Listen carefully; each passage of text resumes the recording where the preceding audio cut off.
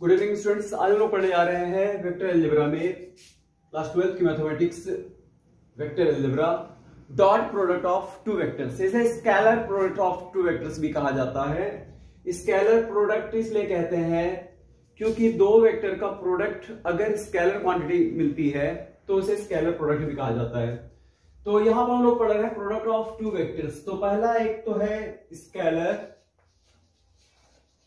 Scalar या इसी का नाम है, और डॉट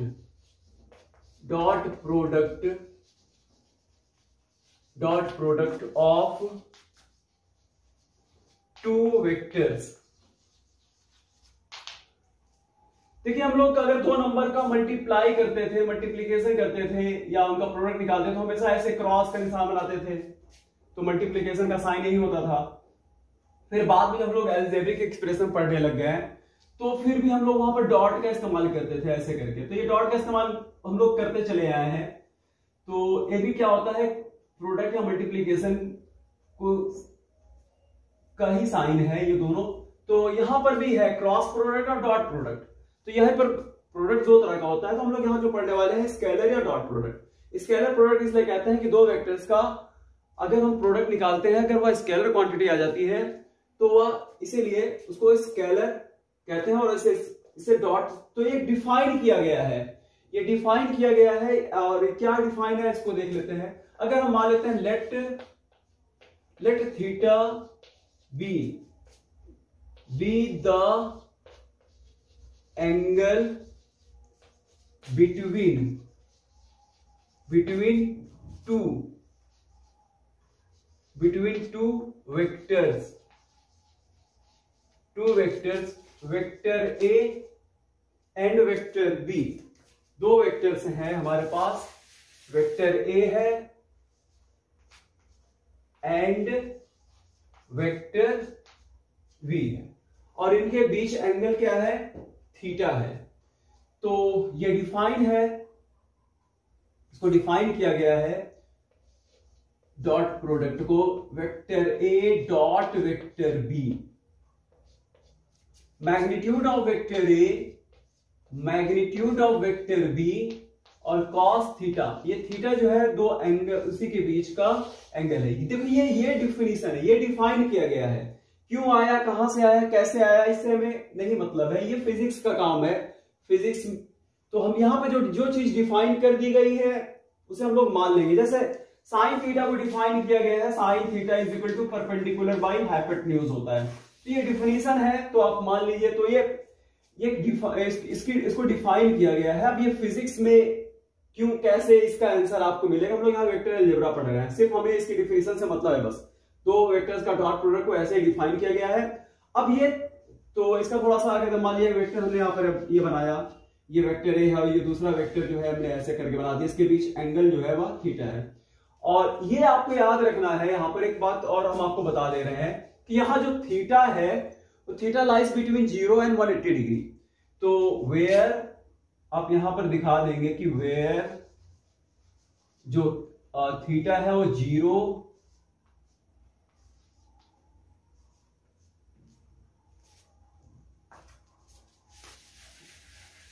और ये होगा पाई। ठीक है, मतलब 0 डिग्री से लेकर के 0 डिग्री एंड 180 डिग्री, बस इतना ही हमें यहां पर, मतलब थीटा जो है वह 0 से छोटा नहीं होगा और 180 से पाई से बड़ा नहीं होगा। तो कुछ ये वेक्टर हमने मान लिया कि वेक्टर ए है, ये वेक्टर बी है, तो ये वेक्टर कुछ ऐसे ही डिफाइन होता है। अब ये डिपेंड करता है कि थीटा, भाई अगर थीटा 0 डिग्री हो जाएगा तो प्रोडक्ट कंडीशन आ जाएगी, थीटा पे डिपेंड करता है। थीटा 0 कब हो सकता है, जब दो वेक्टर्स पैरेलल हो, डायरेक्शन सेम हो। तो अगर इस वेक्टर को हम शिफ्ट कर दें यहीं पर, तो कुछ वेक्टर शिफ्टिंग के बाद वेक्टर ऐसे भी मिल सकता है, इसी पर वेक्टर आ जाएगा, ये भी वेक्टर। तो इसके बीच एंगल क्या बनेगा, 0 डिग्री बनेगा। तो अब आइए देखते हैं कंडीशन क्या होती है।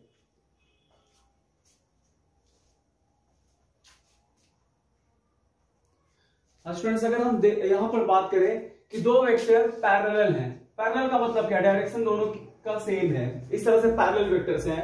तो यहां पर एक कंडीशन हमें मिल जाएगी यहाँ लिखेंगे इफ थीटा 0 डिग्री, अगर थीटा 0 डिग्री है तो ये, इसको हम ऐसे भी तो कहा जा सकता है, ये कब, ऐसा कब पॉसिबल होगा, वेक्टर, यह पॉसिबल तभी हो सकता है vector A and vector B are parallel to each other. अगर ये दो वेक्टर्स क्या होंगे, पैरेलल होंगे, तब इसके बीच एंगल क्या बनेगा, 0 डिग्री बनेगा। तो हम ये कह सकते हैं कि वेक्टर ए और वेक्टर बी का डॉट प्रोडक्ट, आइए देखते हैं क्या होता है। तो मैग्नीट्यूड ऑफ वेक्टर ए, ये तो डिफाइन है ना, मैग्नीट्यूड ऑफ वेक्टर बी और cos 0 डिग्री। तो cos 0 डिग्री का तो हमें पता है भाई, cos 0 डिग्री की वैल्यू तो 1 होती है, तो यहां 1 रखेंगे, तो हमें यहां डॉट प्रोडक्ट जो मिलेगा और वह सीधा सीधा हमें मिल जाएगा magnitude of vector A and magnitude of vector B, क्योंकि ये तो 1 हो गया। तो ये कुछ आएगा कब, जब एंगल दो वेक्टर्स के बीच का 0 डिग्री होगा। दूसरा कंडीशन देखते हैं, अगर एंगल 180 डिग्री, एंगल जो है 90 डिग्री हो गया। अब यह तभी हो सकता है जब दोनों vectors perpendicular to each other और इनके बीच 90 डिग्री का एंगल बन रहा हो या π/2 रेडियन का बन रहा हो, तब क्या होगा, इसके लिए भी देख लेते हैं। If theta is equal to π/2 radian, ये कब हो सकता है, जब vector A parallel to vector B, तभी ये पॉसिबल है। तो फिर देखते हैं डॉट प्रोडक्ट क्या होगा इनका, vector A vector B magnitude of vector A and magnitude of vector B, और इसके बाद हम यहां पर लिखेंगे cos क्या है π/2, तो π/2 या 90 डिग्री। अब cos π/2 यानी cos 90 डिग्री की वैल्यू तो क्या हो जाती है जी, cos 90 डिग्री की वैल्यू तो हो जाती है 0, कि पूरा हो गया। अगर ये 0 हुआ तो सब पूरा 0 हो जाएगा। ये डॉट प्रोडक्ट बिल्कुल अलजेब्रिक एक्सप्रेशन की तरह ही होता है, कोई इसमें कुछ खास नहीं है। और तो ये सब पूरा क्या मिल गया, 0 मिल गया। ये कंडीशन आएगी अगर एंगल दो वेक्टर्स के बीच में 90 डिग्री का होगा। अब आइए देखते हैं, अगर दो वेक्टर्स एंटी पैरेलल हो, एंटी पैरेलल का मतलब डायरेक्शन अपोजिट हो, ऐसे हो तो इस वेक्टर को उठा करके हम यहां शिफ्ट तो कर सकते हैं। अगर इस वेक्टर को यहां शिफ्ट करेंगे तो बीच एंगल कितना बनेगा, 180 डिग्री। तो दो अपोजिट पैरेलल वेक्टर्स के बीच एंगल 180 डिग्री का होता है या पाई रेडियन का होगा, तब हमें क्या मिलेगा, इसका भी देख लेते हैं। तो आप यहां तक कॉपी कीजिए, नेक्स्ट देखते हैं। स्टूडेंट्स नंबर फर्स्ट, सेकंड और थर्ड देखते हैं। If theta pi 180 degree 180 degree अगर हो, ये कब हो सकता है, ये तो तभी हो सकता है vector A and vector B are opposite parallel. Opposite parallel हो, जैसे वेक्टर ऐसे है और दूसरा वेक्टर कुछ इस तरह से है। तो अगर हम इसको यहां शिफ्ट कर देंगे तो इनके बीच एंगल क्या बनेगा, 180 डिग्री का बन जाएगा। तो देखते हैं क्या होता है इसका product, vector A vector B magnitude of vector A magnitude of vector B, यानी वेक्टर का डॉट प्रोडक्ट cos पाई मतलब 180 डिग्री 180 डिग्री कह दीजिए या रेडियन में पाई रेडियन। तो अब cos आपको पता है ना, cos 180 डिग्री की वैल्यू क्या होती है, सेकंड पार्ट में जाएगा और 1 आएगा, इसकी वैल्यू निकाल सकते हैं, 11 में पढ़े हुए हैं सब। तो इसका डॉट प्रोडक्ट हमें मिलेगा, अगर एंगल इनके बीच पाई है तो -1 हो जाएगा, यानी माइनस आगे लग जाएगा और ये रिजल्ट आएगा। इसको आपको ध्यान रखना है, ठीक है। अब वेक्टर का जैसे मान लीजिए हमारे पास कोई एक वेक्टर है, वेक्टर ए है, वेक्टर ए, और वेक्टर ए का वेक्टर ए के साथ ही डॉट प्रोडक्ट निकाल दें, यानी वेक्टर ए का डॉट प्रोडक्ट। भाई वेक्टर इसी वेक्टर है तो दोनों वेक्टर के बीच एक ही वेक्टर है तो वेक्टर के बीच एंगल क्या होगा, 0 डिग्री होगा। नंबर 4 देखते हैं। नंबर 4 में हम यहां पर वेक्टर ए दो वेक्टर्स का डॉट प्रोडक्ट निकालना है, दो वेक्टर्स एक ही है, सेम है। तो मैग्नीट्यूड ऑफ वेक्टर, इसका मैग्नीट्यूड और दूसरे वेक्टर का भी मैग्नीट्यूड, ये भी वेक्टर क्या है, ए है।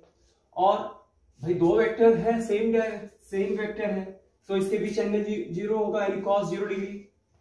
cos 0 डिग्री लिखिए, 0 लिखिए, तो cos 0 की वैल्यू तो क्या होती है जी, cos 0 की वैल्यू तो 1 होती है। तो इसलिए इसका तो कुछ हमें रिजल्ट इस तरह से मिल जाएगा ना, magnitude of vector A, magnitude of vector, या इसे ऐसे भी लिखा जा सकता है, स्क्वायर भी आप कर सकते हैं। यहां पर इसे आप ऐसे करके इसको आप स्क्वायर भी ऐसे कर सकते हैं, बस ये हो गया।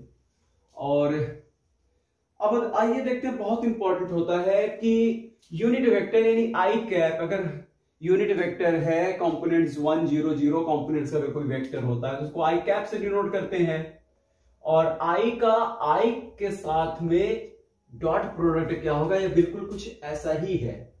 तो अब इसका भी हम लोग देख लेते हैं, क्योंकि हमें जब वेक्टर कंपोनेंट्स फॉर्म में दिया रहेगा तब हम लोग जब आई के साथ डॉट प्रोडक्ट निकालेंगे, आई का जे के साथ डॉट प्रोडक्ट निकालेंगे, या आई का के साथ डॉट प्रोडक्ट निकालेंगे तो क्या रिजल्ट मिलेगा, उसको भी यहाँ पर समझा दे रहे हैं। तो आप इसे कॉपी कर लिए, समझ लीजिए, उसके बाद बताते हैं। स्टूडेंट्स अब यहाँ पर हम लोग नंबर क्या था, 5 है क्या, ये जो भी हो। अब देखिए अब यहाँ पर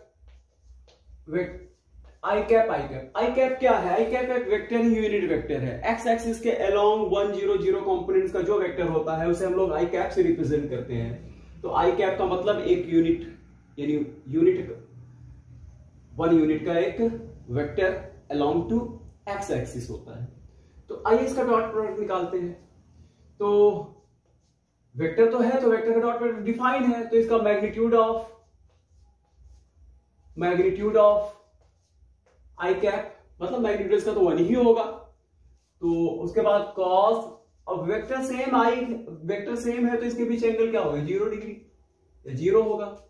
तो अब देखते हैं ये आई कैप डॉट आई कैप, तो भाई इसका मैग्नीट्यूड तो 1, इसका भी यूनिट वेक्टर का मैग्नीट्यूड तो 1 ही होगा। और cos 0 तो हमें पता है ना जी, cos 0 डिग्री की वैल्यू क्या होती है, 1 होती है, तो इसका रिजल्ट हमें 1 मिलेगा। अब याद रखिएगा इस तरह से ये 1 आएगा। अब ऐसे सिमिलरली हम लोग प्रूव कर सकते हैं कि I cap dot I cap जे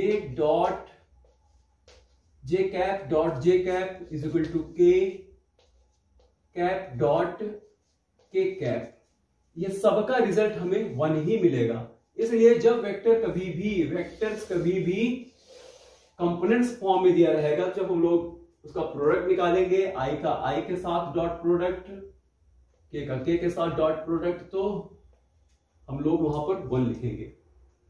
अब देखते हैं आई का जे के साथ या आई का के साथ या के का जे के साथ प्रोडक्ट। तो इसके लिए थोड़ा सा यहां पर चलते हैं, 3 डायमेंशनल कोऑर्डिनेट सिस्टम बनाते हैं। हमने ऐसे बनाया, कुछ भी दे देते हैं समझने के लिए। और इसको चलिए, ये वैसे भी हम लोग इसको क्या मानते हैं, इसको y मानते हैं, और इसको x मानते हैं, इसको z मानते हैं। तो अब ये याद रखिए कि इसके बीच देखिए x और y के बीच एंगल 90 डिग्री का होता है, y और z के बीच, सबके बीच एंगल 90 डिग्री का होता है। अगर हम थोड़ी देर के लिए हम आपको थोड़ा सा ऐसा करते हैं कि इसको हम मान लेते हैं x, थोड़ा सा आसानी समझ में आया आपके, इसको हम x मान लेते हैं, इसको y मान लेते हैं, और इसको z एक्सिस मान लेते हैं कि थोड़ा सा समझने में आसानी हो। तो देखिए आई कैप का मतलब क्या होता है, एक्स एक्सिस के अलोंग 1 यूनिट का वेक्टर, ऐसा वेक्टर जिसका कंपोनेंट्स 1 0 0 हो, जैसे मान लिया कि ये है, तो इसको हम लोग आई कैप से डिनोट करते हैं। और इसी तरह y एक्सिस के अलोंग 1 0 1 और 0 कंपोनेंट्स का अगर कोई वेक्टर होता है, यानी 1 यूनिट का वेक्टर जो होता है उसको हम लोग जे कैप से, और जेड एक्सिस के अलॉन्ग 1 यूनिट का जो वेक्टर होता है इसको हम लोग के कैप से ही रिप्रेजेंट करते हैं। अब देखिए, अब जैसे आई का हम जे के साथ, तो भाई यूनिट वेक्टर है आई का जे के साथ, तो इसके बीच एंगल कितने डिग्री बनेगा? 90 डिग्री का बनेगा, क्योंकि आई दो सब एक दूसरे पर परपेंडिकुलर होते हैं, एक्स एक्सिस वाई एक्सिस और जेड एक्सिस सब एक दूसरे पर परपेंडिकुलर 90 डिग्री। भाई दो वेक्टर है, आई कैप और जे कैप के बीच एंगल जहां बन रहा है वो 90 डिग्री का बन रहा है। तो अब देखते हैं 6 में कि अगर हमने डॉट प्रोडक्ट निकाल लिया आई कैप और जे कैप के साथ, तो magnitude of I cap, magnitude of J cap, और इसके बीच एंगल कितना बनेगा? आई के बीच 90 डिग्री, π/2, और cos 90 डिग्री की वैल्यू क्या होती है जी? 0 होती है। तो आई कैप डॉट जे कैप, तो ये 0 हो गया तो सब 0 कर देगा, वैसे इसका भी 1 आएगा, इसका भी 1 आएगा, तो 0 हो गया। अब आप इसको याद रखिए, आई और जे का डॉट आई कैप और जे कैप का डॉट प्रोडक्ट जो होगा वह 0 आएगा। तो इसी तरह हम लोग यहां पर कह सकते हैं कि और उसके बाद या आई कैप और के कैप या जे कैप या के कैप, इसी तरह से ये सब क्या होंगे? सब के सब 0 आएंगे। अब यहां आप ये इतना याद रखिए, एक और भी सीखिए, अगर वेक्टर ऐसे आप लिखिए, चाहे इसी को आप ऐसे भी लिख सकते हैं, vector A dot vector B dot vector B dot vector A, इसमें दोनों एक ही होता है। चाहे आप वेक्टर आई का जे के साथ या जे कैप का आई के साथ प्रोडक्ट, सब का क्या होगा? सब एक ही है। मतलब इसी को हम ऐसे भी लिख सकते हैं, आई कैप जे कैप को जे कैप आई कैप भी लिख सकते, सबकी वैल्यू क्या आएगी? 0 ही आएगी। तो इस तरह से आप याद रखिए, आई का जे के साथ, जे का आई के साथ डॉट प्रोडक्ट, या आई कैप का के कैप के साथ, जे का के कैप के साथ, इस तरह जितने भी आएंगे सब, तो वहां पर 0 हो जाएगा। लेकिन आई का आई के साथ डॉट प्रोडक्ट, जे का जे के साथ डॉट प्रोडक्ट, के का के साथ डॉट प्रोडक्ट, यानी के कैप आई कैप का प्रोडक्ट, ये 1 होगा। इसको आप याद रखिएगा, इसका बहुत ज्यादा यूज होने वाला है जब कंपोनेंट्स फॉर्म में दिया रहेगा वेक्टर्स, तब हम लोग इसका इस्तेमाल करेंगे। बस आज के लिए इतना ही, और ये सब चीजें आप रखिए। अब कुछ चीजें जो है हम आपको जब एक्सरसाइज कराएंगे तो बताते चलेंगे। फिलहाल इतनी चीजें तो आप अपने दिमाग में रख लीजिए, उसके बाद फिर नेक्स्ट देखेंगे। Thank you.